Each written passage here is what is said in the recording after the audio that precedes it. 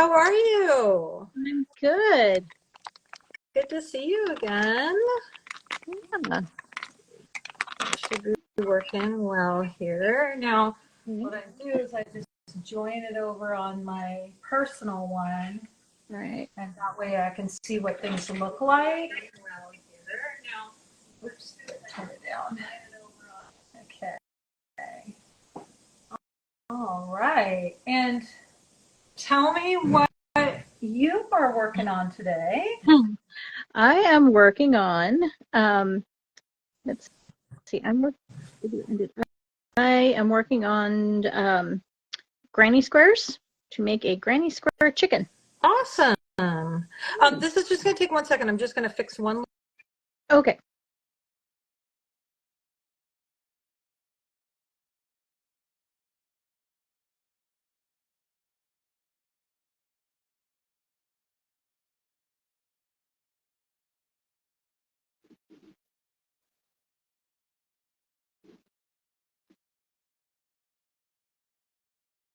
Awesome. All right, here we are. Okay, sorry about that. I wanted to get it on my headphones because last time I kept having to get up to go to like the pickle, which is a chemical thing that I have to do every once in a while after soldering, or the steamer, and it was like, hold that conversation, and then I'll be right back. And I'll be back in a minute. so, yeah, and if I have the headphone on, then it's no big deal. Right. So, okay, so you're working on granny squares. Tell me more about what's a granny square for people who don't know, like me. Okay, so a granny square, I actually have a picture. This pattern that I'm using is called, Sweet Softies is the name of the company, the designer.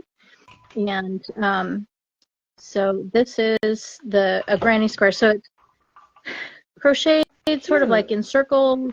Yeah, and it makes a square. And then eventually I take the squares according to the pattern, and it makes a chicken. You fold it up in a certain way. I don't think I've got the right page up, Oh, but no way. yeah, it's super cute. Yeah. The instructions are in there. You just fold it up and it makes a chicken. It's folded up and it makes a chicken. It's super cute. I mean, just follow the instructions, right? Right? I love that. That's awesome. And are you doing that? Are you doing any shows coming up? What's the I've got a show coming up on December 3rd, and then I've got another one on December 10th. The one on the 3rd is at Jet City Labs in West Seattle, and the one on the 10th of December is in Columbia City at Conservatory Northwest. It's a yoga and art place. Cool. So two shows coming up, and then I think I'm going to say that's enough until after the holidays. That's awesome. Have you done a lot of shows? Is that No, I haven't. okay? These I did one in August, and it was good because I got a chance to kind of get my feet wet. It wasn't really my demographic, but it was great. I got a chance to, try stuff out, make sure the square worked, make all my mistakes and stuff like that. Not that there's not going to be mistakes going forward, but Sure. yeah. So I got that one in August, and then I just did one in, when was it? It was in November, about 3 weeks ago. Also at Jet City Labs. So that was a really good show. There were 4 of us who were doing the 4 vendors. And it's basically kind of right in the middle of the West Seattle farmers market on Sunday. So it was really good. Oh, that's awesome. Because we met through Urban Craft Uprising, through Craft Camp. Have you ever done any of their shows? Sounds like no. I haven't. I applied to not the big one, not the indoor one at the Seattle Center, but the one that's the outdoor one that's over by Amazon. Yeah. And I didn't get into that one, but that's okay. I think I really want to do some smaller shows and kind of get a feeling for what I what I want to put out Sure. for, different places. And a 1-day show, I don't really have enough inventory to do a 3-day Yeah. show, but I definitely have enough to do a 2-day show or a 1-day show. Yeah. So That's a lot. Yeah. It'd be a lot of fun, and I eventually would hope to get into that. But for the time being, I want to stay a little bit small and kind of work out the kinks before I head into the big time. Right? That's funny.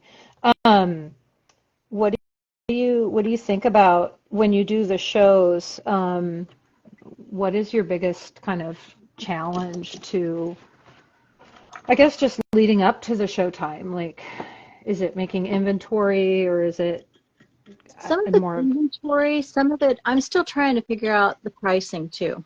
What to charge. That's always a big thing. It's like, how much do I charge for my stuff? Right. And inevitably, I'll say, well, I'll put this price on it. And then my son, who's done some shows before, well, he does a lot of shows with his partner. Different kind of setup. They do more like Comic-Con and that sort of thing. But same idea. You're a vendor at a place, and I'll ask him, I'll say, this is what I'm going to charge for this. And he looks at me and goes, you need to charge more. You're not charging enough for your time, Mom. It's like, oh, okay, fine. But I always feel bad asking for more. So, yeah, I mean, gosh, we could spend 6 hours talking about literally just what was in that 4 sentences, like, pricing and imposter syndrome and exactly. There's a lot to unpack there. Yeah, well, and part of it I'm starting to wonder, my dad is my dad does musical instrument repairs. You met him the other day. Yeah. Yes, he's great. Yeah, he's a lot of fun. He's a hoot. But he is. It's taken me, I think years to kind of appreciate, like really, really appreciate how unique my family is in general, but also, just like how unique it is to grow up with 2 creatives as parents. And, I know my dad would say that his first, if he was to describe himself, it would be as a musician first. Mm-hmm. But, the musical instrument repair is definitely something that he has a passion for as well. And I am always saying, Dad, you're not charging enough. And he's always like, yeah, but if I charge more than that, I'm like ripping people off is kind of what, and part of me, I've been, thinking a lot about that lately because I'm constantly trying to say, like, you're you've driven all over town to find a clarinet. You've fixed up the clarinet, repadded the clarinet, made it in good working order. You paid $50 for the clarinet and you're charging $125. Right. For the clarinet. And it's like, it's still, so much less expensive than renting an instrument. You're still giving the client a good value for their money. Say if you charge $200. I mean, they're still going to spend like something like $400 a year renting. Oh, so yeah. They're still saving money, and yet he just, and then so I kind of start to wonder, because I mean, I'm still charging kind of the same prices for soldering, say for instance, as I did, 15 years ago. Right. And I'm like, I wonder. Should I be raising my prices on certain things? And I know that I could be raising my prices on certain things, but I also want to make sure that I stay. Sorry for the noise. Every once in a while, we're gonna have a little bit of noise. And so part of me wonders if that's kind of a generational, like every old generation kind of has similar pricing, and the new generations come through, and that's kind of when the big changes are made, I guess, is the thing that I've been thinking about. Yeah. I think part of it for me, too, is that I'm passionate about what I'm doing, and I love what I'm doing. I'm going to do it whether I get paid for it or not. Right. And sooner or later, my studio is going to be overrun with teddy bears and gnomes and granny squares. So, if I get for me, because, and this is a different situation. I know not everybody's in the same situation, but I'm in a situation where I don't have to do this for a living. I'm retired, Mm-hmm. so I don't have to worry about, making rent and that sort of thing. So that's a different situation. But, Yeah. um, being able to just make my stuff, and sometimes I just give it away because somebody says, "Oh, that's so cute," and it's like, "Well, here, you go ahead and have it." Aw. know. Yeah. So, sometimes it's a gift, sometimes it's donations, sometimes like I say, eventually I do have enough inventory that it's like I don't have room to keep this anymore. I would like to sell it and, at least support my yarn habit. So, Yeah, I mean, there but is kind of to some extent that people who it's just basically as long as it's self-sustaining, it yeah, can be, it can be fine as far as like whatever the pricing is, right, as long as the craft can kind of pay for itself, or um, right. that's always a nice way to look at it, or a nice way to be. Um, yeah, I think it's interesting to think. So now, what does your son do that he's at Comic-Con and Um, things like that? so he and his roommate partner, they have full-time jobs. So it's Okay. more of a side gig for them. Mm-hmm. They're both graphic designers. They work at different places. My son is actually unemployed at the moment. He got laid off from his position, so he's looking for Oh, oh, okay. another graphic design position. But yeah, they both work full time. My son Max does stickers. Um, Nice. sort of, yeah, I'd have to pull up some of them, but they're his demographic is more of the queer community. So, Awesome. the stickers are not mainstream. It's not everybody's taste, but they are awfully fun. Oh, So totally. yeah, so he does stickers, and then his roommate does a lot of they call it kawaii, which is like the really cute little fruits and animals and stuff like that with the cute little faces and stuff like Oh, that. And fun. yeah, she also does some apparel and some tote bags and stuff like that. It started out as kind of a side gig while she was unemployed a long time Mm-hmm. ago, and she kind of made a business out of it. So they go to cons. I don't know, probably at least once a month. When it gets closer to this time of year, they do a few more. Since Wow. there's more and stuff like that. They're actually in Portland this weekend, so after this, I get to go take care of their kitty cats while they're Oh, gone. that's fun. Yeah, so just not a bad Wow. thing either. I get my kitty cat fixed that way. So Right. Oh, that's exciting though that they're able to travel and do, go yeah, to go to Comic-Cons and stuff like that. yeah, Like, how fun. I yeah. love I that. was surprised they actually. I'm not surprised, but, because they are talented, but surprised because it's kind of hard to get into. But they got into Emerald City Oh, this that's last year. So, fantastic. yeah, so That's that was great. a big thing for them, which was really cool. Man, I haven't been to Emerald City Comic-Con in quite some time. I I would like to go. My daughter kind of started to lose interest in going, and then we started doing oh, what's is it TwitchCon? No, no, no, no, no. It's not that. It's the video gaming one. Oh, I PAX? can't remember the name. Yes, PAX. Yeah, yeah. And we had a That's a great big. time going to PAX. Loved that, but then I think she kind of petered out of that a little bit. Yeah. But I had a great time going along because I just felt like I was learning something. Exactly. And it's great people watching, and it's great, entertainment. I'm not a gamer at all. Yeah. Um, I think what I got out of Comic-Con was mostly like old Star Trek, getting old Star Trek actors Right. autographs, Exactly. which was I know. pretty great. Exactly. Yeah, I'm so bummed. I did not get Nichelle Nichols when she was there. Oh, yeah. So I will say that we did, Oh, nice. and it was phenomenal. Um, we have this Star Trek encyclopedia, which is funny because it's actually doesn't cover any of the new any of the new stuff that's been happening in the last, 10 years. Okay.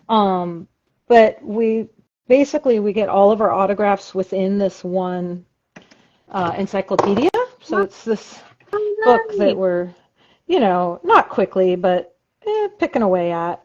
Very And cool. there was one year where they had a bunch of sports people like Russell Wilson and everything, and they had hardly any Star Trek actors, and Emerald City got a little weird there for a little while, and I think that was maybe one of the reasons why Rose was kind of like, eh.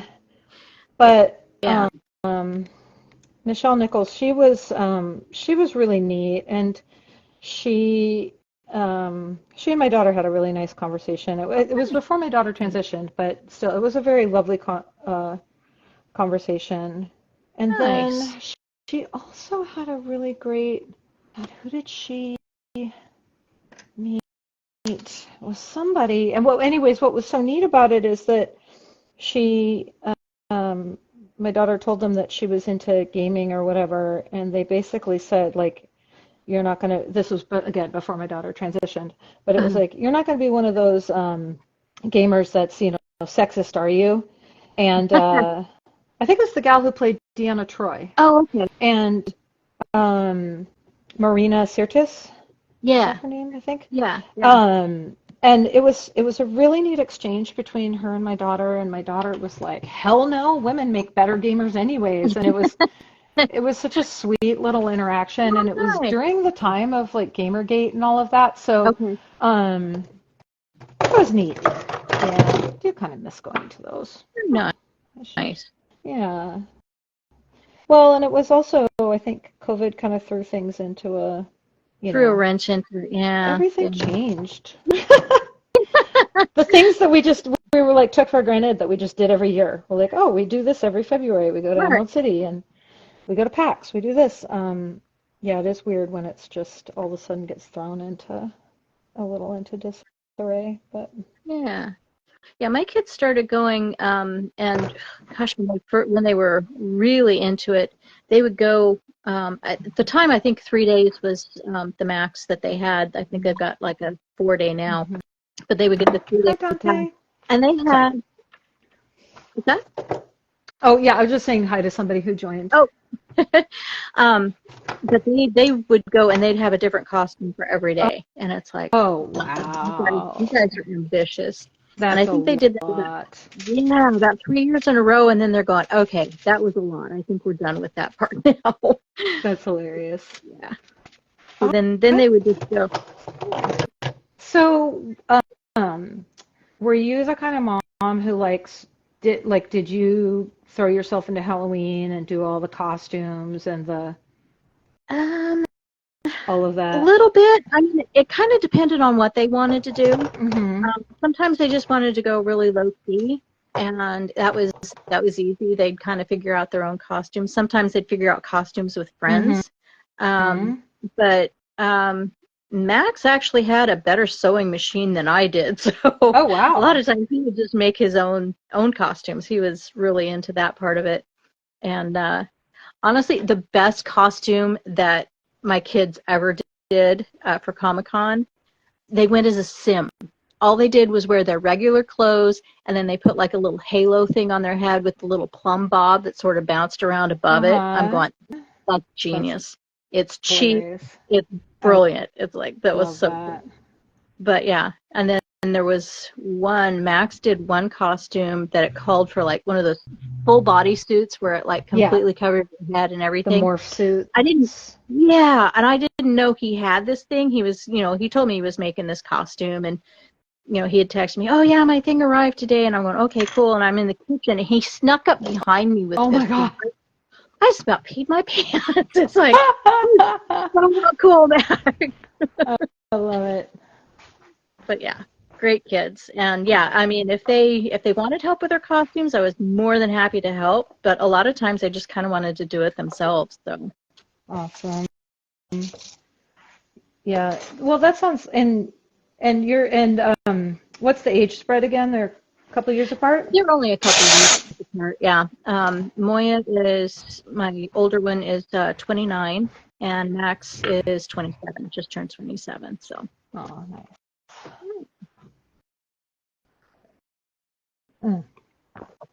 Continuing a project that I was working on during the last live craft, which is I'm taking a ring that I'm upcycling. So it used to, so this part right here, it had a different center. Okay. And I saw this, I have this, and it's got wax all over it, so it's really scrungy looking. But it's this really pretty pinky peach colored sapphire cabochon. And I thought, oh, that'll look so pretty in the ring. So last time I fabricated a bezel to go into the ring, and right now I am putting in a new seat because I want the gem to sit up just a little bit higher. Mm-hmm. And so I'll be soldering that in, but that's what I'm working on. Just a little bit more hand fabrication. So pretty. Making, there's a couple different kinds of ways that jewelry is made. And there's casting, which is taking a wax model and then burning that out and filling that void with plaster. And then there's fabrication, which is what I'm doing right now, which is taking pre-existing wire and different shapes and that type of thing, rolling it out, shaping it, and then soldering it together, bending it, shaping it, soldering it together. Okay. So that's what I'm doing now. And I had thought, I think I even told you, like, oh, I should probably work on waxes because it's sort of quieter. But I really, really want to finish this, and I kind of actually really like the idea that I'm working on it just when I'm doing these live crafts, right? Because I've already spent 2 hours on it, and this is as far as I've gotten, because this is slow craft. This isn't, the Instagram time lapse. This is the real speed. But also, I just think it's fun I just really want to see this one done. Yeah, speaking of slow craft, I put the yellow on mine and I realized I put it in the wrong place. So I just ripped out what I've just done in the last 15 minutes. Oh, okay. So is that called frogging? Is that the term you taught me the other day? Yeah. It's called frogging, and it's called frogging because you rip it. Oh my God, how hilarious is that? So I absolutely love that it. out. I'm going to do it again. Awesome. So we got somebody who just joined Artsy Ears, and I don't know if they're still watching. If you are, give a wave or say hi. I noticed that they started following me, and I'm actually kind of dying of curiosity as to a little bit more about who they are. So if either Dante or them wanted to comment or ask a question or say hi, I promise we won't bite. Artsy Ears, that very first show that I did, she was my booth, the person in the booth next to me. Oh, Artsy Ears? So we got to know each other. Yeah, Artsy Ears is one of my friends. Oh, awesome! Yeah. Very, very cool. That's rad. And so, go ahead. Yeah, tell me about what they do. They make the most amazing candles. They're really fun. They're all natural essential oils and soy based. And Artsy, if I'm messing up, please tell me. But I've been listening to what you've been saying when we're at the shows. She was also she got me hooked up with Jet City Labs. Oh, cool. So we were at that same show a couple of weeks ago. So yeah, that's great. I really love I don't know, the sense of collaboration, and that's one of the really neat things I loved about being at Craft Camp was just meeting more people who are doing this, more kind of, I guess you would say, to sound cheesy, but like kindred spirits of people like making stuff, but really having an opportunity to kind of shout people out to the world and be like, look at this cool person. Yeah. Look at the cool things that they're doing, because it's awfully brave to kind of, I don't know, try and make a living making things that are unique and special, and I don't know. It sounds really cheesy. That's fine. I don't care. I don't mind being cheesy. Cheesy's good. Cheesy. I love cheese, I do so too. there's nothing wrong with cheese, so there shouldn't be anything wrong with being cheesy. Yeah. No, Dan went to a team building thing with his my husband Uh-huh. at his office the other day, and they met at I don't know someplace in SeaTac or something. And he showed me the menu when he got back, and he's like, "And they had the most amazing mac and cheese." And I'm going, "Well, that's where we're going for dinner on Friday night." But yeah, I need some good mac and cheese. That's awesome. And where was that at? Where was the restaurant? What was it called? Remember? The Roast House Oh, was the name of it. huh. Yeah, kind of barbecue and chicken and Oh, um, okay. yeah, probably not for the vegetarians or the vegan, but Well, it's funny.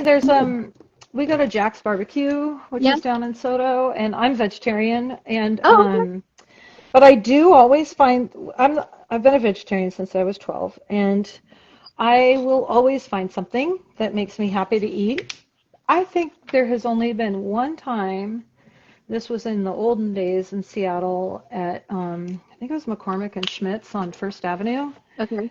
Um, and like even the salads had meat and had like crab or fish or something, and they Right. wouldn't take it out, and they were very like most places, even you know 20 years ago, 25 years ago, most places would make you something if you couldn't find something on the menu or whatever if you're a Right. vegetarian. But this place was like, no, pretty much we're a fish house, we're a fish and steak house. What you see is what you get. And so I was like, okay, well, then let me see your dessert menu. Like, I will always find something that I'm happy to eat, Nice. pretty much anywhere. Um, and anyways, at this barbecue place, Jack's Barbecue, they have really good cornbread. They have really good like Mexican street corn type of thing. Nice. And they also have really good mac and cheese. And so, is it the most healthy meal that No. anybody ever? No. Is it all pretty much orange and white? Yeah, sure. But We like orange and white. Orange and I white. know. But am I a happy camper? Absolutely. I mean, Yeah, I'm kind of the same way when I hate to admit this because I know everybody around here sort of likes sushi, but I am not a sushi fan. But mm-hmm. I can almost always find, something to eat, Yeah, teriyaki or some sure. deep fried vegetables or something like that. So, yeah, it's gotta be a little flexible, that's all. Yeah. Yeah, that's funny. I love going to sushi because I love there's a really great place in Seattle. Have you been to Japanesa or Japanesa? Yes, yes, that's really good. Yeah, and they Again, have good non-meat, non-fish options, hmm veggie rolls. But if you don't like that kind of thing, they have all sorts of other yummy stuff. oh yeah, yeah, I can almost always find something there. That's Yeah, usually not a problem. yeah, I love that place. I used to work right across the street from there, Uh, and I will say that there's a couple things about the market that I miss. There's a lot of things about the Pike Place Market that I don't miss. Um, but there's a couple things that I miss, and that is one of the places that I really do miss. Really miss being there, and then I kind of miss well, Eleanos yogurt. That's where they got started. oh yeah. And yeah, they're so very cool. Colin, oh my gosh, I don't know. Everybody's joining, but like nobody's commenting. But I'm just gonna like say hi anyways because I don't care. So Colin and he's a fellow goldsmith. He's an amazing engraver, and he and I used to work together years and years and years ago for my uncle. Um, Nice. and he is a fantastic jeweler, and yeah, really, really neat person. Really, really neat person. So, hi, How did you Colin. get started in jewelry? Yeah, so my uncle, his name is Michael Babinski, and he owned a jewelry store up in Woodinville called Foxfire Jewelers. Mm-hmm. And I graduated from art school in 1994 with a Bachelor of Fine Arts in Painting and and $40,000 in student loan debt in 1994, which is really high for that time period. I mean, I think they're kind of saying that now too, but yeah. Well, I think it's like, I think they said something like it equivalates to about 100,000 now. Oh, okay. Yeah, for a 4-year art degree, I mean, I, and to put myself through school, I worked waiting tables and working in bars and stuff. So, um, I kind of joked that I bought a really expensive waitressing degree, because I mean, realistically, yeah, it's a Bachelor of Fine Arts in Painting. But right after I graduated, right before I graduated, my uncle called me up and he said, "Hey, would you like an apprenticeship?"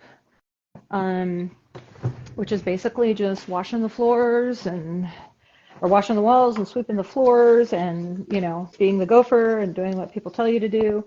And then every once in a while, somebody'd like pull you over to the bench and say, "Hey, watch me do this," and you get trained kind of slowly, but you do get trained. And, started off doing repair for years. And then, and then you slowly start doing custom work, and then you slowly start, doing custom work with customers and that kind of thing. And, yeah, and I mean, I do recall when he first offered me the apprenticeship, and it was just a couple days a week, and I had a studio in Pioneer Square, and I was still trying to be a painter. But the art world was really, I think I talked about this last time, but the artwork was it was a really odd place. Very male dominated, very conceptually based, and the stuff I did was more abstract narrative, and it just seemed a lot like you were supposed to have these really heady explanations for what you were doing, and it was a lot of like one of them was one kind of my final straw was it was in Art America. It was a Seattle gallery, and they had somebody had carpeted the gallery with orange wall-to-wall carpeting, and that was the art piece. And there was all this there was like a page and a half in Art America describing the meaning behind this piece. And I just was like, this is the bullshit I have to. I mean, I'm sorry, no disrespect to the artists. I'm sure they're amazing. I probably did, but I just was like, I'm not going to follow my paintings around and explain to them the math behind them or the meaning behind them. I really, really felt strongly that people should bring their own stories to the paintings that they saw and the art they saw. So I kind of really distinctly remember thinking like, well, if I make this choice and I work for my uncle, this is probably going to be what I'm going to do. But I also I took every jewelry class at my high school because they had a jewelry department, and I also worked for a jeweler when I was in high school. But it never occurred to me that would be the thing that I would do for my whole career. Isn't that funny? It is. Anywhere things lead you. Oh my gosh, absolutely. And it's also funny, like when you look back on your life and you make these weird little connections to things that are in your life, and you're like one of the things I did when I was pregnant with my daughter is I had to find a part of my career that I could bring home that was clean and didn't have a lot of expense and dust and things like that. And so I did wax bottles. And when I was a kid, I used to love playing with wax and making candles and lighting wax on fire and making a lot of mistakes with wax and making making my own crayons in my mom's coffee maker at her work because it had an element and you could take a little tuna fish container and put some crayons in there and melt it until one day it tipped over and I got chewed out for ruining the office coffee maker. Yeah, right. But I think it's kind of funny that then that morphed into a career of like playing with wax professionally and just, I don't know, always cracked me up. But yeah, and I worked for my uncle until I had my daughter, which was uh, in 2001. I had my daughter uh, 11 days after September 11th, which Oh, was a wow. weird time to have a kid. Yeah. Although you had children at the time, so that must have been a whole different kind of experience. It was, trying, I mean, it was on the TV all the time. Yeah. So, trying to keep them, I don't want to say away from it, but, they knew that the adults were upset about something, but, trying to explain it to kids who are, first grade. Max, not quite so much because he was quite a bit younger.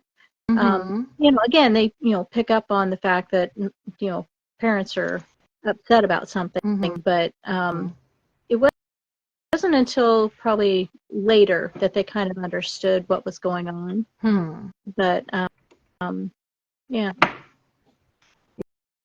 Yeah, it's a weird. It was my last day at my job was actually supposed to be that day, and I was Mhm. living on Bainbridge at the time, and it was sort of this.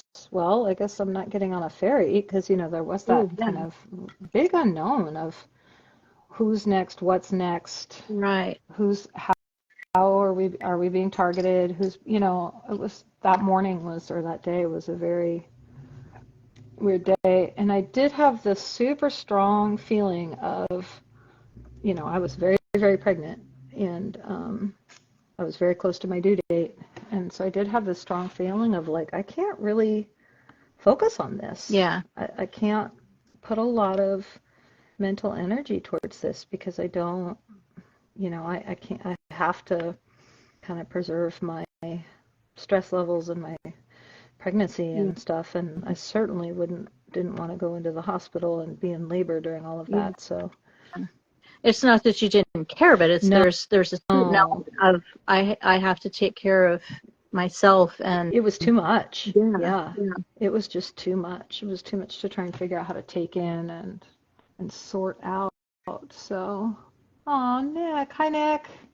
Um, Nick and I met way back in when I was a student at Evergreen Oh, for a nice. very short amount of time.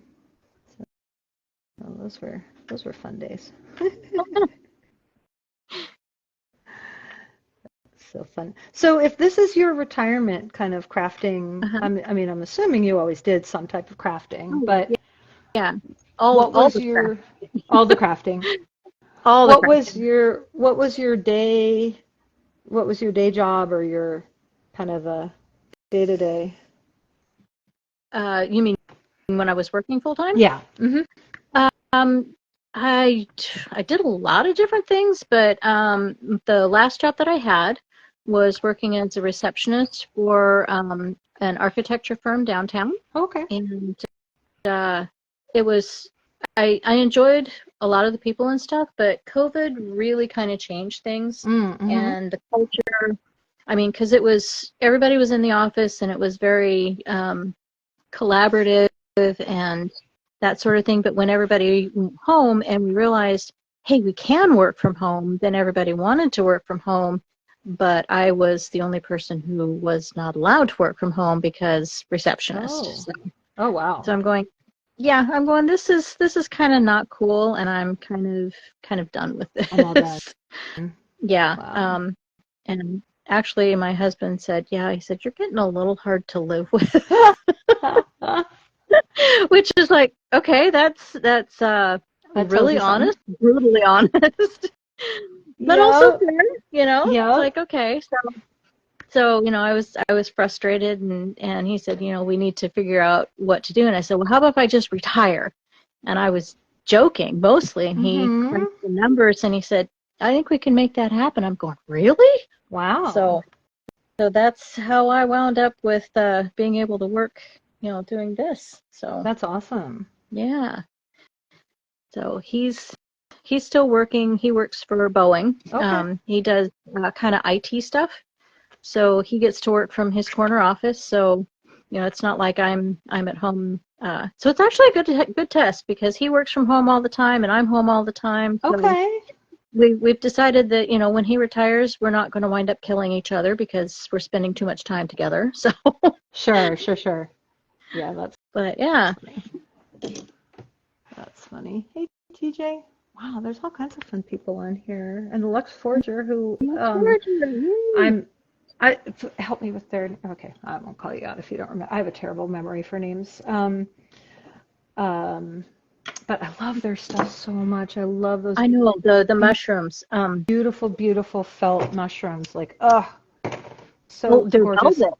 Yeah, they're not just felt. They're velvet. And They're they are velvet. Yeah, gorgeous. yeah. And I love I really want to get some for the studio because I think they'd be so pretty to take pictures Oh of jewelry on. yeah, Like a yeah, really those would be neat, great. yeah, like a natural, but not, not just Yeah. the same old. I mean, I do a lot of stuff with, like the mossy pictures and, Mhm. jewelry in natural places, but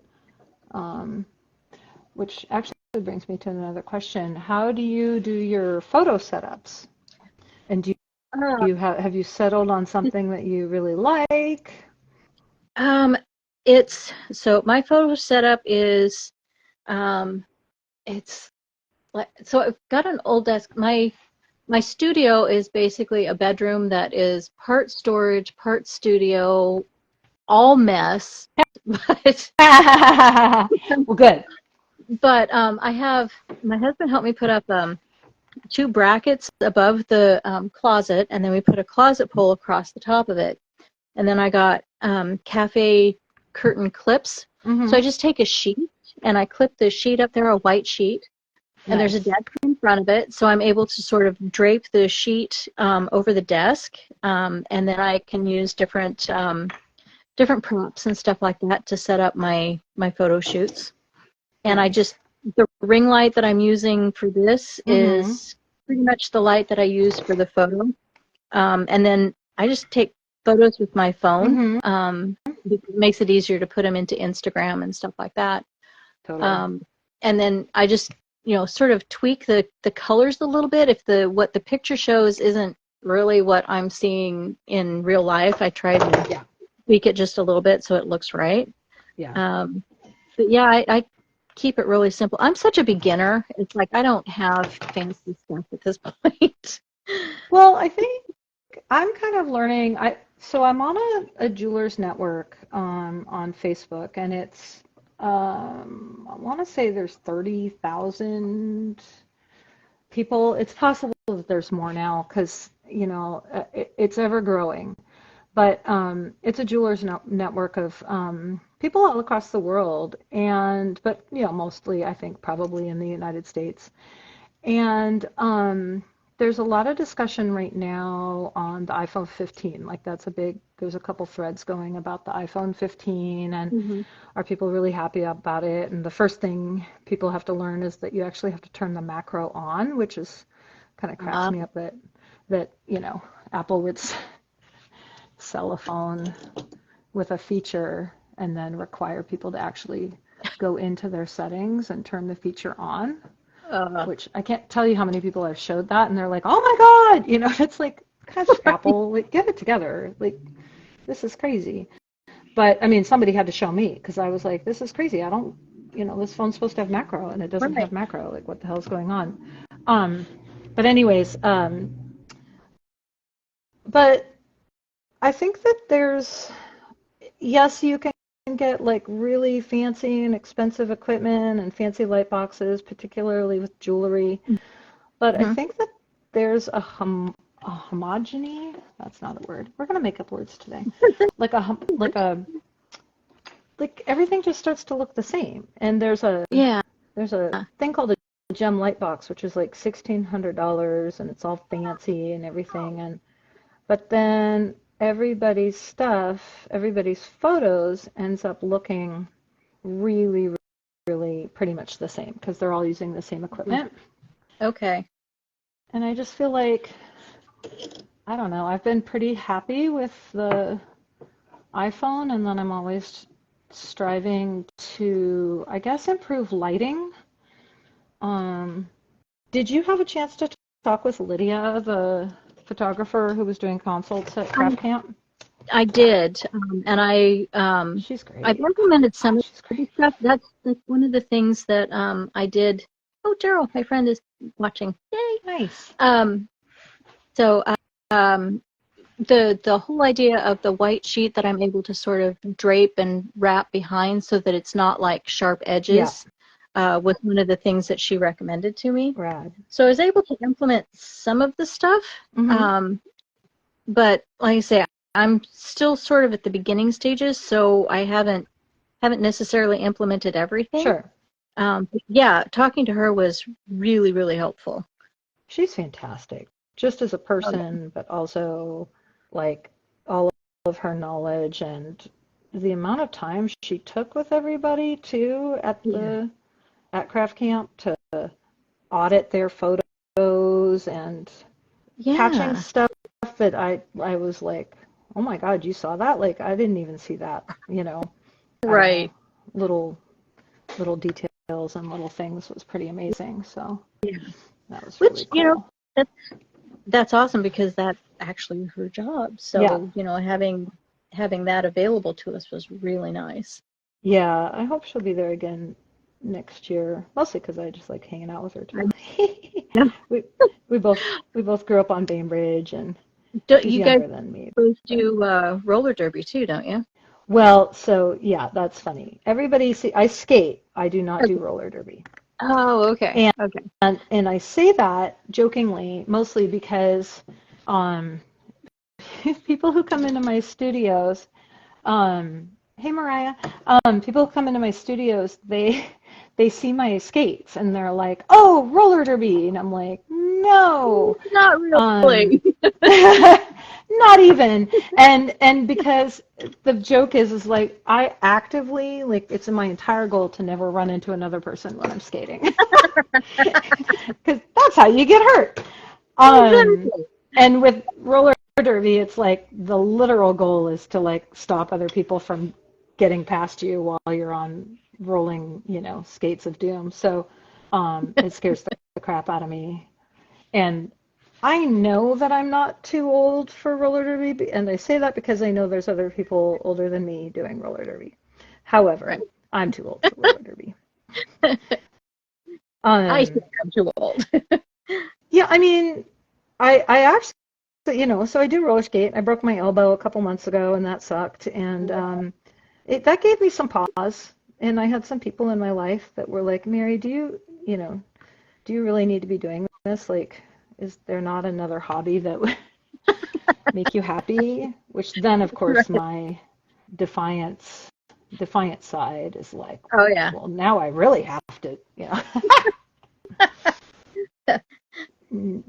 Um, but it did give me a pretty good moment of pause because that hurt and it also impacted my ability to work and that sucked. Um, but it's a there's things about hobbies I think that are more intangible, and for me, being part of the skate community in Seattle is it's been a amazing community to be part of, and I've actually had a lot of growth personally and professionally because of being part of the skating community, and I just don't want to let that go. I mean, Yeah. I've heard people say similar things about like the pickleball community. I'm sure there's other communities out there that have that same kind of like Hmm. very inclusive, very, but I don't think I've ever seen anything quite so inclusive as the roller skating community. Um, it is every gender, every sexuality, every body size, every age, every career. It's it's truly like it's beautiful in its diversity, um, and I just don't want to not be part of that. But you kind of have to skate to be part of it. So, I mean, I guess you don't have to. But anyways, I love it. How about you? Do you have hobbies other than knitting and crocheting and embroidering and Um, crafting? Reading. Dana and I do some hikes. We don't do like, massive hikes or really hard ones or anything. At this point, it's more just kind of get out and enjoy the sunshine kind of stuff. Mm-hmm. Um, what else we did? That's kind of it. Yeah. I've always been kind of an inside kind of person. Besides the crochet, there's lots of other crafts that I do too. So, watercolor badly. I know I you love have it. Trish on next week, but yeah, I'm not nearly her level. But yeah, I do some watercolors, crochet, embroidery. I can knit. I'm not as good at it as some other things, but I know the basics. So Yeah. um, yeah, mostly kind of inside stuff. I guess that That's works awesome. for being around here where it's rainy a lot. Oh, wow. Look at your. So you started with the blue and you've already gotten yellow, purple, and the orange. Yeah, Oh, that's really yeah, rad. and this is only the second time that I've done this particular pattern, so I may wind up ripping out the orange because I may not have it right either, but It's so pretty. that's okay. That's part of learning a pattern. See that? It's so funny. That I'm waiting for something in the pickle pot to pickle. It's a sulfuric acid. It takes off fire scale, and if Oh, you rush wow. it, it's just going to be um, Not right. it's not great. So yeah, but in the meantime, actually, I'm gonna start another little project I've been wanting to work on for a while. But I don't knit. Sewing is a little bit of a mystery. I mean, I took 4-H when I was in middle school. I think we might have crocheted a pot holder. Okay. Mm. In a frame, like the frame kind Oh, where you're yeah, just yeah. looping Yeah, around. I Like know. it's, The yeah. little rubber bands with the looms and that sort of thing. Yeah, it's not like a real, I mean, I'm not saying real, it really does exist, but it's not, yeah, it's not exactly the same.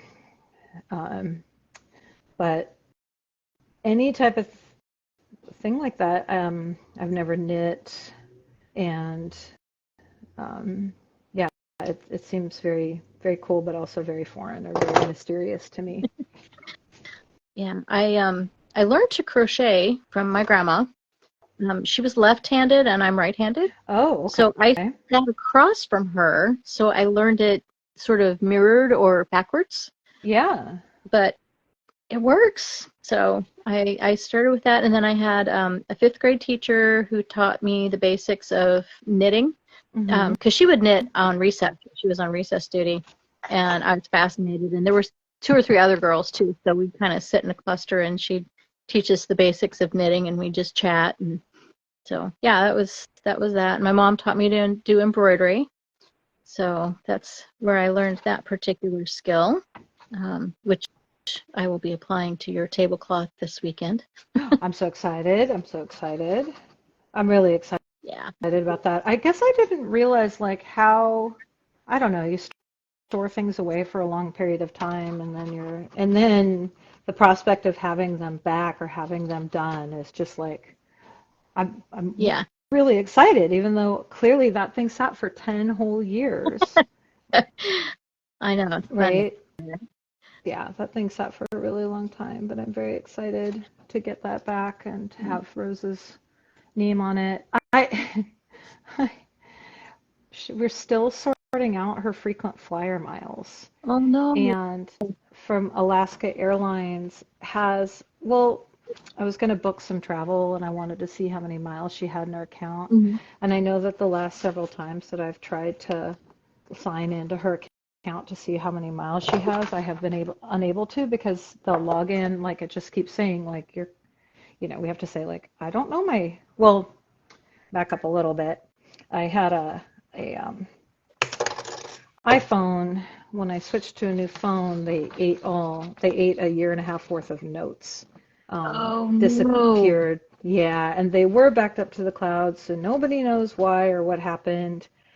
And it's just one of those things I'm just gonna have to get over. But Rosa's TSA number and her frequent flyer miles numbers were in that set of notes that Wow. got deleted.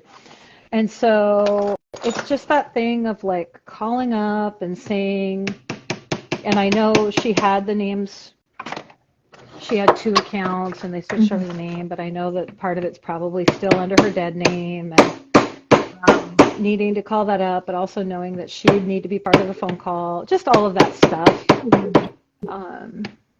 Is that hammering really obnoxious or no? No. I mean, Okay. if that was, the whole video, but no, Yeah. it's fine. It won't be too much longer. So today I finally took it off my to-do list and called Alaska, and the nicest lady, thank God for just really nice people who just, they don't even have to get it, they just have to be nice. Exactly. Helped us sort it out once again, helped consolidate 2 accounts, fixed the wrong name, and got that all sorted out. But I don't remember what my point was. There wasn't one, probably. Oh, the tablecloth.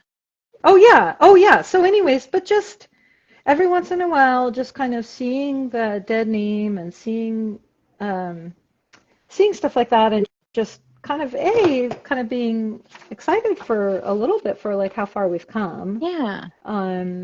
But also just kind of going, okay, here's one more thing that I just have to buckle up and call and kind of say like, hey, this is the situation, and Yeah. yeah. But it's really nice when you get somebody who's just like, I can fix that.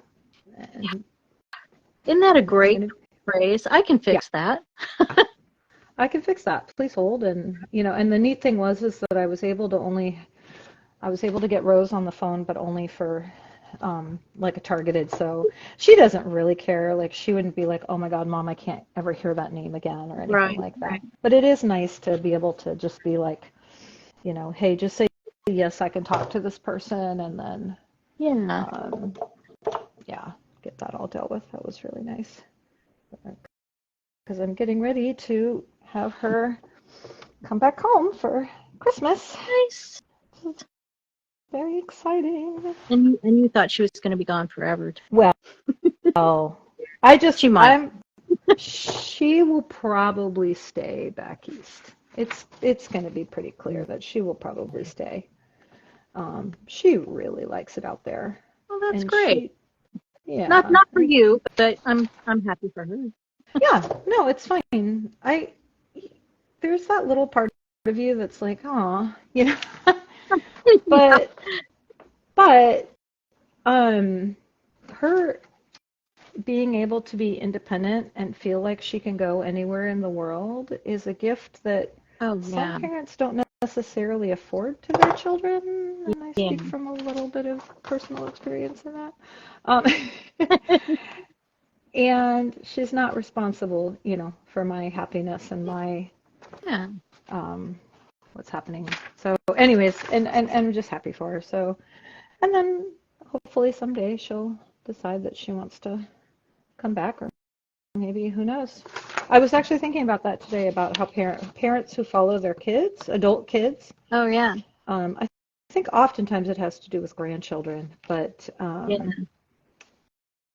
I was thinking about that, and I was like, oh, well, maybe someday I'll move out there. Could be. You might decide that there's lots of cool opportunities. Yeah, exactly. Or maybe next year, if the election goes sideways, we'll figure out how to get out of the United States. Maybe. So there you go. There is also that. Well, hopefully it won't go sideways. Yeah. Frightening things to think about, but yeah. Never. No kidding. I do think it's interesting to have to kind of be aware and thinking of potential exit plans. Yeah. While also then trying to, plan for your future and stuff like that. I think it's a very difficult place to be for a lot of people right now. And let alone people are having to move out of their home states like Texas and Tennessee. So it's a fairly frightening situation. All right, let me go get back to my other thing. This is, I'm making a pin, like it'll be like a stick pin, and it's going to have the inclusive flag colors in sapphire and diamond. Oh, nice. All in it, all bubble set, and it's all fabricated out of this 18 karat wire that I have, and it'll look kind of tree branchy. Fun.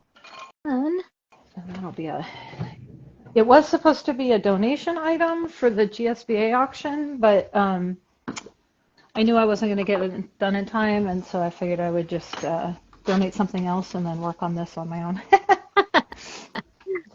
Because the auction is on Saturday night. Well, tomorrow night. Wow. Yeah, that crept up on me. Well, I mean, about 2 weeks ago is when I realized I wasn't going to try and get this thing done. Yeah. Not yesterday.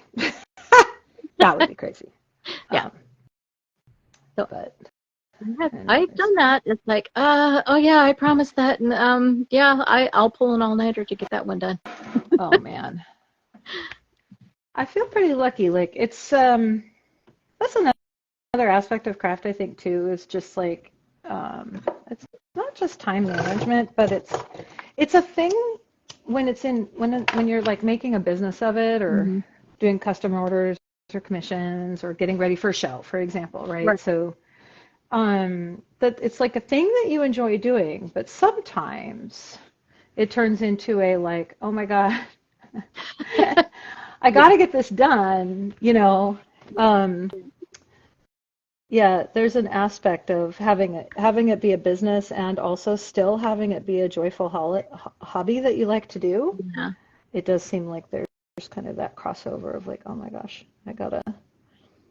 Yeah. I don't feel that way quite so much about the craft part of it, but I definitely hit that wall when it comes tax time, and it's like, I don't want to do the business part. I just want to do the creative stuff. Oh my gosh. I'm so over the tax. I just got moved to monthly.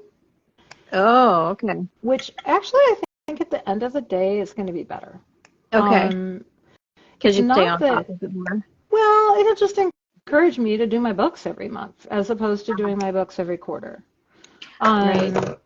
And you know, it's just excise tax. It's sales tax that I set aside anyway. So, but it's more of just I don't know, just doing all the numbers and doing all the calculations. And there also is this, I'm sole proprietor and I have a Airbnb that also gets lumped in, and then there's complicated tax.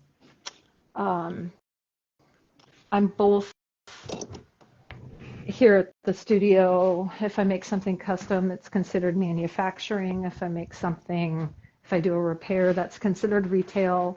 And then when I sell something custom or off the shelf, that's also retail. Oh my gosh. And so and then I sell sometimes on Bainbridge where I live, because I meet with certain clients over in Bainbridge, and that's a different tax rate. Oh my gosh. And then Seattle tax rate. And then I mail stuff out of state, which then isn't taxed. And so, and then with the Airbnb, I have to calculate out some of the booking platforms collect and remit the sales tax on my behalf, and some of them don't. So all of the numbers have to get separated, and it's complicated. That sounds good. Yeah. So I think monthly is going to be better, just mostly because every quarter I have to go, okay, how did I do this again? And I have spreadsheets, but it's always like a learning curve. I have to remember how I do things. And I feel like, if I do it monthly, it'll be much more easy to remember what I did the previous, how I did it. But that's the other thing too about having like a retail like business like this, is just every dollar you make, somebody's hand is out. I know, right? That's why I decided I'm not going to sell on Etsy anymore, because their stuff is so complicated as far as, you know, the pricing for this and the fee for that. And by the time I've paid all of those, it's like I haven't made any money. I think they also just redid their commission structure. I think they just changed it to a pretty decently high rate, if I recall correctly, which is a little, I mean, I get it. I sell on First Dibs, which is, I love, it's awesome. It's a great place to be, but they're 30%. Wow. And they don't want you to have that same item priced differently elsewhere on the internet. And I don't really want to like test that, but I also don't want to have my prices higher, Right. you know, on one platform and lower on my website.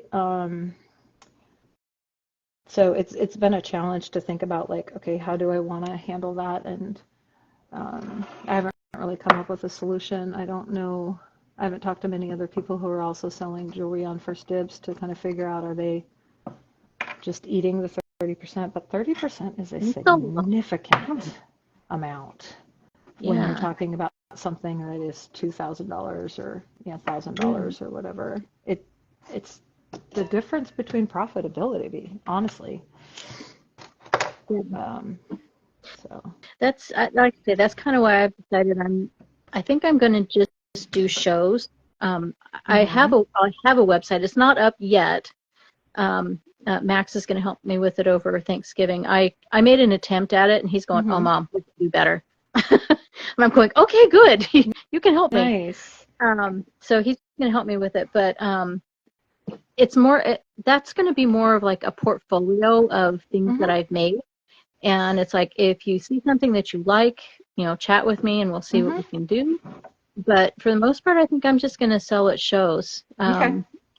I think it makes it easier for me, at least, to kind of keep track of,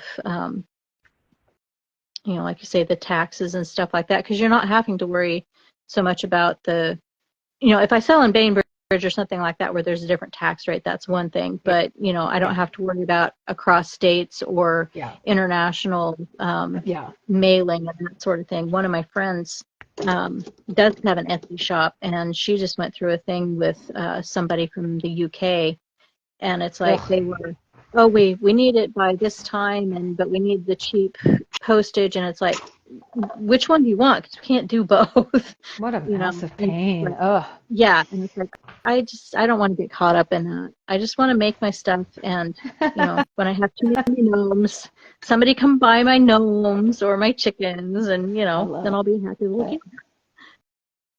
I love it. And do you find? I know that you're. How long have you been on Instagram? For a while, I've been on Instagram for a while, just on a personal level. Yeah. But then when I started my business, I didn't actually jump right into the Instagram thing with my business. So probably a year, maybe two. And I've got it so that I've got my Instagram is hooked up. If there's a link to my website, and then my website has a link to my Instagram, so people can contact me. But like I say, I'm not necessarily going to do like Shopify or Squarespace and all that. Yeah. It's just like, if you see something and you want me to do a commission for you, we'll make it work. Yeah, the person that I was talking with just the other day, Alex, said basically they sell mostly through DMs on Instagram, rather than having like an online shop or whatever. And I thought that was kind of cool and kind of interesting, like to just kind of say, maybe I don't need to do the Shopify or Squarespace or whatever.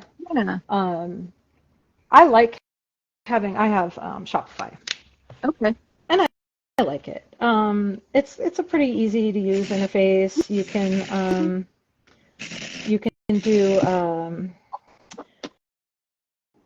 can do bulk upload kind of thing. So you get a little spreadsheet, and you can just fill in all the blanks and then upload all your inventory all at once, and then add the photos. And there's an app so you can add photos with your phone, which is where all the photos are anyways. Right. And it's pretty straightforward, and not that expensive. But I find that for me, I've only sold a few items through the actual website. Hmm. Because I find that people still want to talk to me or come in person and do the actual Right. purchase in person, but at least they can do the shopping without Yeah. asking a million questions. Like they can really like kind of do their own shopping and research and stuff, but they usually call me when they actually want to buy it. Right. Right. Yeah, Which and is fine. that's kind of what I'm hoping too, is that people will look at it and go, "Oh, that's kind of cool, but I would like it in this different color." And it's like, sure, Sure. just talk to me. I'm happy to do that. So, Yeah. yeah, my daughter's boyfriend texted her last night and said, "Hey, does your mom make gnomes? Because my brother just mentioned something about it, and I think she does. And what would she charge?" And Oh, so it's like, okay, awesome. yeah, Great. And you do make gnomes, right? I do. I do make little gnomes. I'm wondering. I love gnomes. Yeah, I was trying to think if I got one close at hand. I'm kind of, I've been working on bears at the moment for On my bears? Oh, look show. at my Yeah, nice scratch. I'm just looking at my arm and realizing I have my cat. so there's cats are great for that. Yeah, not so. I mean, this cat, Yeah. he's handicapped, so we feel like he gets away with a lot. Probably a lot more than he should. Yeah, yeah, a lot more. Oh, cute. Yeah, so that's the one that I finished just recently. Um, and well, I guess moving down this way so you can actually see the whole bear. Yeah, Maybe yeah. just the bottom of the bear. But anyway, Oh, yeah. cute. So yeah, I did that one, and I've got one in progress. I need to put the other arm on it, and then he'll be pretty much ready to go. But Wow. they're really good sellers, but they take a lot longer to make, and Oh, yeah. I wind up pricing them a little bit more expensively. Hmm. Okay. And what is it like? What is the cost on something like that? This one, so he's probably maybe 9 inches tall, and Hmm. I usually charge like $40 for him. Yeah. No, no. You gotta charge more. It's funny. I just think as I think about, and I had we started this conversation with Alex on the last live craft, but it just reminds me of the conversation that I had with her about art versus craft, and then Oh how we value craft and how we, but then also there is I don't know, I have a tendency to sometimes get a little a little political or a little social justice, but we think about like then the craft is, predominantly has historically been the women's domain, right? yeah. Right. Although interestingly enough, jewelry has often been Ma- male dominated. In fact, it still is very much male dominated.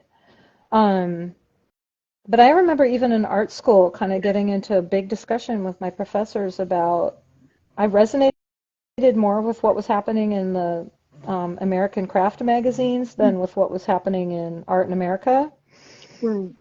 And I don't know, just like the value of our time and the value of our handiwork Yep. and what we do. And I guess I think about that when that obviously takes a lot of time, and $40 just doesn't seem like a lot. Yeah. Well, and I always thought I watched a show once upon a time. I don't even know what it was called or anything, but it was, PBS sort of thing. Hmm. But they were talking about like Savile Row, where they Hmm. do amazing suits. They're tailors, and that is a male-dominated sort of thing. Hmm. But if you go to have something altered, more than likely it's going to be a female, and Yeah. she's not going to get paid as much as the guys on Savile Row. And it's like, Right. yeah, that's sort of how it feels like. If the guys are doing it, then it's elevated, and it's Yeah. they're going to get paid more for that. But once it becomes sort of a cottage industry or a craft or sort of in the women's world, then it's not as valued. Yeah. But Which I know amazing male jewelers, and I know amazing female jewelers. And so I would never say like, oh, the work of, say, my friend Colin versus the work of, say, my friend Amy, or, is one is not necessarily better than the other, but it is kind of frustrating to think that one would be valued differently. It is a very frustrating. And I don't think it's even so much on an individual level. I think it's more on an industrial level when it's, when it's more male dominated, that tends to be more valued, I guess. Right. Yeah, that's interesting. Did that wrong. Sort of the same way with cooking. Oh my gosh. Well, we have, yeah. I can name quote unquote famous chefs that are male. Probably in the type of echelon, I don't know. And then I think of like women chefs in a different kind of, I mean, I don't, but right. I don't know what I'm trying to say, but I think I can think of more named famous male chefs, I guess. Right. And they're doing the same damn thing. I know, right? Well, they're not making me. like Dana's a much chicken better awesome. cook than I am, so I just let him have the kitchen. It's like, it's your kitchen. I'll just That's come in awesome. and make a cup of coffee now and then. I like to bake. That's kind of my thing. Anything else, I just assemble food. So I don't consider it cooking. I consider it like putting a few ingredients. Although I do make a good vegetarian chili, and that's been something that we've been, with my partner and I, have been working on lately, is making a really good vegetarian chili with lots of yummy vegetables and stuff like that. But I love to bake. I love pies and cookies. I make a really good cookie that I give to all of my Airbnb guests. But yeah, cooking, no. Mostly, I think, I don't know, I don't know. I like to eat really super simple foods and with about 3 or 4 ingredients. Nice. And so that doesn't necessarily parlay well into the world of cooking, I guess, or being a chef. And my daughter had sensory processing issues when she was young, and I'm a single mom, and have been since she was 2, and so I didn't have to. It was just me and her, and so I just never really needed to be a chef or be a fancy good cook.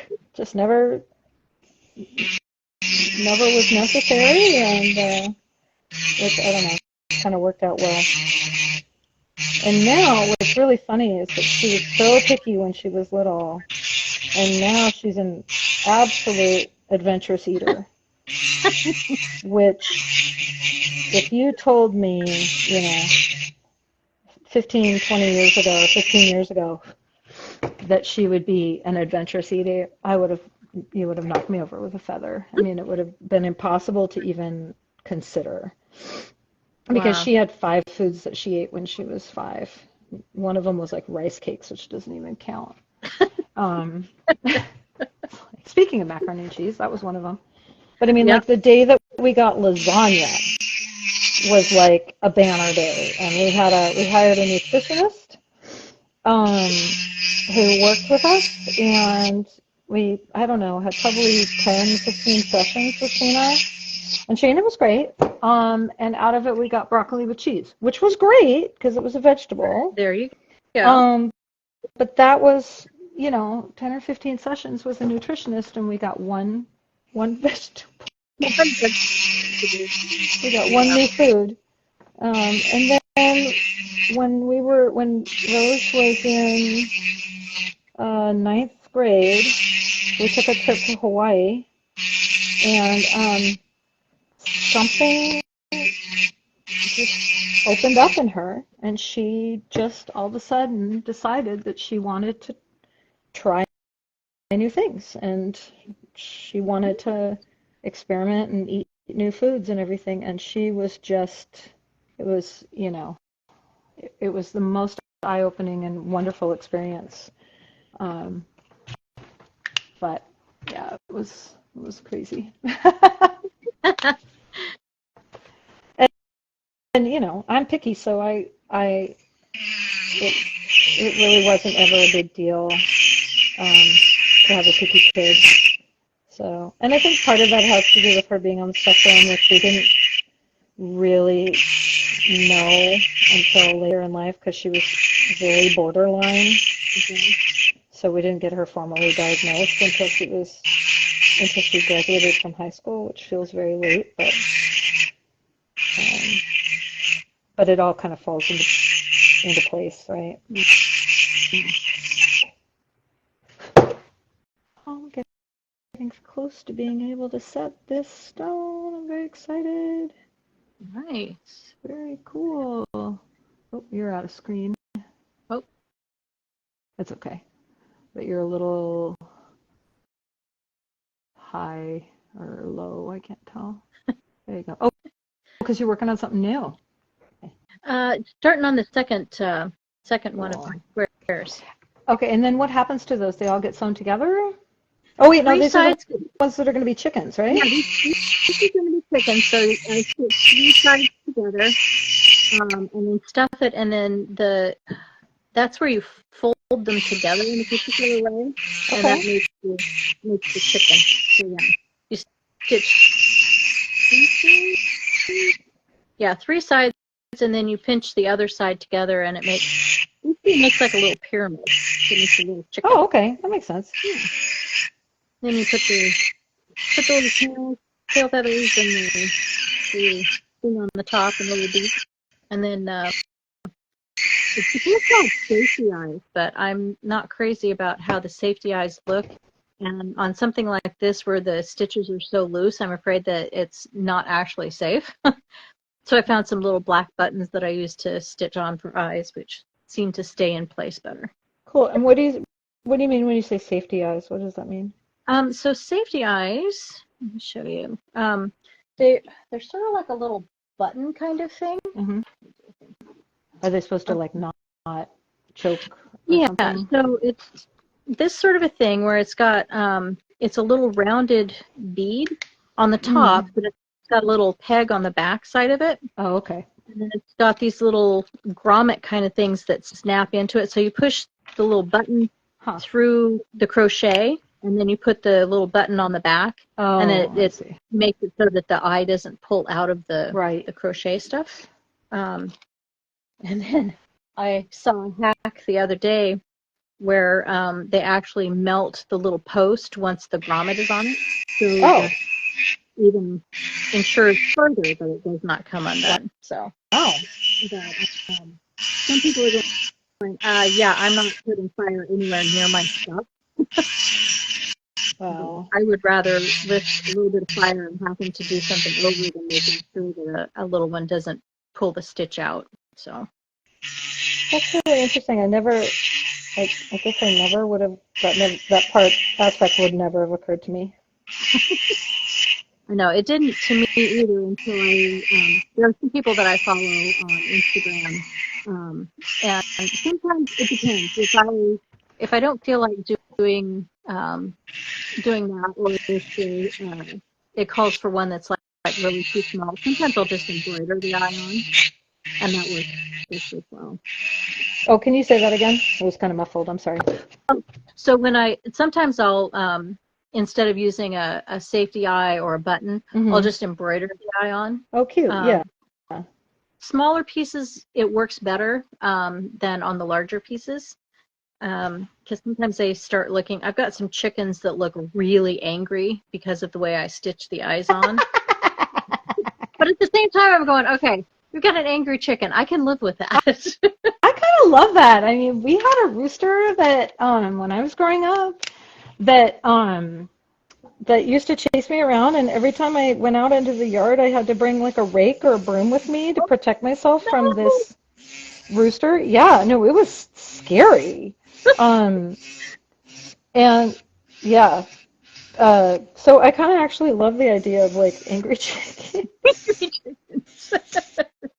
Because like, why was he so mad? I mean, apparently, Right? I mean, like we took such good care of him. They were free range. They got to like hang out in the yard, and we never ate them. Um, and it's so funny because we've actually had that happen several times. Where a rooster, apparently what happens is that they get, they're so bird-brained for lack of a better word or whatever, but they, once they have a bad experience with a particular type of person or people, it gets locked into their brain, and then Okay. they're basically broken. Like they're just gonna kind of do that thing, and so we had some chickens for a while. I lived next door to my parents, and we had some chickens for a while. My dad was doing lessons, musical instrument lessons, and these kids, the siblings of one of the kids that was in during the lesson, were chasing the rooster around and chasing the chickens around. And so from then on, the rooster was like, I hate kids. And right? And so anytime a kid would come in the yard, the rooster would chase them, which is bad. Roosters can be very dangerous. Oh, yeah. So we did unfortunately have to rehome that rooster, which roosters play a really vital role. And then sure enough, coyotes came and, killed the hens because there was no rooster there to protect and warn. Um, but yeah, it was all because these kids thought it would be funny to like, chase the hens and chase the rooster around the yard. So I kind of love the idea though of the angry, angry chicken, angry rooster. Angry rooster. Yeah. Yeah, we've got a neighbor behind us that has chickens, and I know some people are not fans of having chickens in town and stuff like that, but I love them. The roost that I don't know if they have a rooster or not, but they definitely have the chickens, and they make the funniest noises. Oh, It's just I wake up in the morning and I hear them talking to each other, and it's like, oh my gosh, this is hysterical. I feel like you'd know if you had a rooster living next door to you, but maybe our neighbors actually have had a rooster. I don't think they have them anymore. They raise chickens for eating. And then they also raise different chickens for eggs. But they had a rooster that was just the most polite. Like it crowed, but it was very polite and quiet about it. It was like, it was nice. It was like, okay, you're letting us know that it's daylight, but you're not screaming to the world that it's daylight. You're just kind of saying, hey, it's daytime. It's daytime. Yeah, I'm doing my job, but not before 9 o'clock. Yeah, exactly. We had one we had to get rid of because every time you woke up and you turned on the light to go to the bathroom, even if you had like the shades drawn and stuff, it could still see. Oh my God. And you'd just turn on the light to go to the bathroom and it would crow and it wouldn't shut up. And it was keeping us and our neighbors awake, and our neighbors were complaining, and we're on acreage, so it's not like we're in some city where people could really like, they're not that close, but right. It was, yeah, and they were driving me crazy. Yeah. It was driving me crazy, and it was so loud, and it would crow for an hour and a half. Oh my. And it's like, dude, it's there. We got it. We're done. Yeah, Let it go. We're done. The light's off again. It's 2:00 in the morning. Shut the F up. We're done. So, yeah. But but then again, after that, sure enough, it wasn't too long before the coyotes came. Yeah. But we've had eagles take chickens. We've had eagles take ducks. Oh wow. Dogs. We now have bear on the island, but I doubt they're going for live Ooh. chickens. They're going more for um, beehives. Oh, going for the honey. Yep, There you go, Pooh Bear. I know, I know. And our neighbors actually do honey as well, so I kind of figure Ah, that there's two bears at least on the island, and they're kind of making their presence known around the island, and so people will post where they've seen them, and I figure we'll know if they make it onto our property because the neighbors' hives will be hit first, right. and then we'll kind of know, like, oh, okay, we need to start warning our Airbnb guests. And Right. um, we had coyotes the other night. They were right outside my bedroom Oh window, and they were my God. so loud. I don't mind them, but they were really loud, and they usually don't come that close to the house, so What's with that? part of the fun of living in kind of it's Bainbridge. It's not rural, but it's right between suburban and rural, right? Right. Yeah. So I like it, but when the coyotes are that close, I'm like, just because we have a hot tub outside, and if I had been sitting in the hot tub, I really would have been pretty freaked out. Yeah. Um, so, although then they probably wouldn't have come that close. But anyways, True. I, I don't know. It's kind of that, like, we love nature, we love living next to nature, but we also would prefer if it didn't, like, oh my Come right into gosh, that. during the pandemic, I was growing raspberries, and at that first early stage of the pandemic when everybody's making bread and Uh-huh. gardening and all that stuff, and I loved to garden, and um, but I was turning into like Farmer McGregor, like with the raspberries and chasing the bird, watching them eat all my raspberries and being really pissed off about it. I was like, oh my gosh, I'm the villain. I'm the guy with the rake. Pretty much. So we put netting over the raspberries, and then um, for a while afterwards, every time we'd go in the yard, this Junko was like screaming at us, like yelling at us, and he would follow us around and yell at us. And I mean, to the point where it's not that he really was like yelling at us. Oh my gosh. Yeah, and it was like, dude, what do I'm sorry, like, because I cut off your, supply of raspberries, whatever. Well, it turns out, and they were still getting in. They were climbing under the netting and stuff. Uh-huh. But every time he never missed an opportunity to like yell at us. Well, it turns out he had a nest in there, and Oh. there were babies. And we found out when one of the babies was caught in the netting, and it was fine. It was totally fine. But we had to chase or I had to detangle I went out there to do something, and the mama Junko was doing the thing where they pretend like I got too close, and so they were doing the thing where they pretend like they have a broken wing. And I was like, all right, why are you doing that? And then I saw the baby caught up in the netting, and so then, we had to put the dog away and all the things and got the baby out of the netting, and then I just took the netting and I balled it up, and I was like, that's it, I'm never doing that again. Like, it was so traumatizing, right? To think about this poor little baby bird and this poor mama. And it was like, you can have all the raspberries, you can have everything. I'm so sorry. I will never do that again. My apologies. Because it was so horrible. Ah. But I haven't done any gardening really or anything for the last couple of years just because of the business and being really busy. Love to do more. I have a brown thumb. It's like it better be an artificial plant, because if it's coming into the house, if it doesn't fall underneath here, I'm probably going to kill it. Not on purpose, just, I love that because I feel like sometimes people like associate like makers with, like you're going to be really good at like all the things, and like a Yeah. homesteading or something. It's like, not really, no.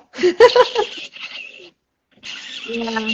I do, so with my gnomes, a lot of times I'll put them into a little tray with moss. So I have like Okay. a little moss garden. So I've got like decorative rocks or little crystals or something like that in there with them. Because the moss is a dead moss or it's, like a moss that I've just picked up somewhere. And it's Yeah. like, okay. Yeah, I can't really kill that. And occasionally when I'm in the mood to actually, pretend like I can garden, then I'll spray some water on it. It's like, oh, look what I did. I did a gardening thing. So I love that. I did a garden. And then, if you kill moss, it's like, it's just moss, guys. It's okay. Like, exactly. Now, when I was working in the office, we had air plants in the bathroom. So, oh, well, so yeah, I've never had I luck always with said it was those. my fault that, I can kill air plants. You can't kill air plants, but apparently I can. So, but I think it had more to do with the lighting than it did with my I'm my the queen ability. of killing succulents, which is the thing you're not supposed to be able to kill. Oh, And it's not for overwatering. I don't know what it is, but I have killed more succulents than anything, which is so funny. So I wild. think, and I've killed air plants. I think air plants are harder. I, so I absolve you of any guilt Okay, surrounding good. air plant carnage because I actually think that they're kind of hard to take care of. I've actually heard that too. That those are, and I've heard that orchids. People tell me that orchids are actually easy to take care of, and I'm going, really? I kill air plants, and they're going, air plants are harder. And I'm like, I'm not sure we're talking about the same plants, but okay. Yeah. I I have I have an orchid right now. I think you're supposed to just kind of give them one kind of like, oh, and then I have one that, the blooms came off of, and it's Oh yeah. just the leaves, which is fine. Um, and I keep thinking at some point it'll bloom again. It's been 4 years. The plant is very healthy and happy. Huh. It's been 4 years though. But it just So hasn't don't bloomed think but it's pretty, and it makes a really great platform for taking pictures of jewelry because the leaves are so big and yet. wide. Oh, Um, nice. so I'm just like, well, I guess you get to stay around for, but it would be neat if it bloomed again. Yeah. But I guess, um, but yeah, my mom gets given orchids every once in a while by friends, and then she gives them to me because she basically says I'll kill them. And so I take them on and try not to kill them. But I do like plants, and I used to have like really big plants when I was younger, like Okay. giant philodendrons or giant Mhm. ficus trees and giant. But now I'm just happy with smaller Right. potted plants and then outdoor stuff if I get around to it. Yeah. That's the nice thing about raspberries, and you can kind of ignore those, and they'll still probably produce a little bit. Yeah. There was Uh, a Katharine Hepburn movie, Katharine Hepburn, Spencer Tracy, The Desk Set, and she was like this librarian, and she had this plant that, what was it she would feed it? I think it was like an Alka-Seltzer or something. She'd mix it up and feed this plant. This plant went all the way around her office. Like, oh, that's cool. awesome. Well, that's Yeah. like such a big thing online right now, plant moms, and Oh, yeah. I'm part of this IKEA. I don't know why. I'm part of this IKEA greenhouse Facebook page. Huh. Like I'm never going to do that, so I have no idea what it was that made me join this greenhouse page, but I did, and I see all these things, and now people are collecting this kind of monstera and that kind of plant or whatever, and I'm like, Right. um, I don't know. I just pick the ones at the store that are, the plant place that I think look pretty, Right. Right. and I bought one and had no idea it was going to be a trailing plant, and now it's like, uh, All over everything. it's probably got it's got like 6 branches of it that are probably 5, 6 feet long each. Wow. But I have a friend of mine. Their name is Skylar, and They have a small business of helping people in businesses, like larger corporations than me, but Oh, yeah. still take care of their plants, and they do like living walls, but they'll also make like terrariums and things like that. And Nice. but they came into my studio and basically like trimmed and repotted and fertilized and did all these things to my plants to make them happy, and they really are. They're very happy. Nice. Yeah. So it's kind of like, I don't know, it's like having a really pretty fish tank, but having somebody else, a service, come in and Exactly. clean the fish tank and make it nice. Yeah. Exactly. That's probably what we needed for the air plants in the office. Yeah. Airplanes don't make any sense. We're not in the right humidity. Although I guess if it was in the bathroom, it's close, but still. Well, yeah, the bathroom. But the problem was it had automatic lights, so when there was nobody in there, the lights would go out. So it wasn't getting any light. Yeah. It's like, They kind of like their light. yeah. I don't blame them. You know, I like a little bit light. Yeah. I'm not a complete vampire. This time of year is so hard for me. Oh my gosh. Oh yeah. I'm not a fan of seasonal affective whatever. I don't know if it's official or not, but all I know is that what'll happen is come spring, when we start getting more daylight, all of a sudden I get like this burst of energy, and every year I'm like, oh yeah. Oh, that's right. Now I It's not remember. me. The darn light saving time. It's the fact that I actually need sunlight to like live and be happy. It's not that I'm, lazy or whatever. It's that, yeah. It's so funny because I will get this huge burst of energy once we start getting daylight. Oh yeah. So you're And just I'll be like, I can a do plant all with the things. complicated emotions. What's that? So you're just a plant with complicated emotions. Pretty much. Yeah. Yeah, that's definitely. All right, I think I'm almost ready to start setting this bad boy. Pretty excited. It's gonna be cool. So I got the back all fit and finished, and the sapphires fit. So it's gonna be pretty. And I'll post like the before and after, like, so upcycling is one of my favorite things to do, is to take old vintage jewelry. Like I have a little pile up here of things in the works. Like this was from a Baume & Mercier watch that has these really, really pretty diamonds all the way around. Nice. And I have a gem that I think will go right in the middle, and then I'll actually make it a little necklace.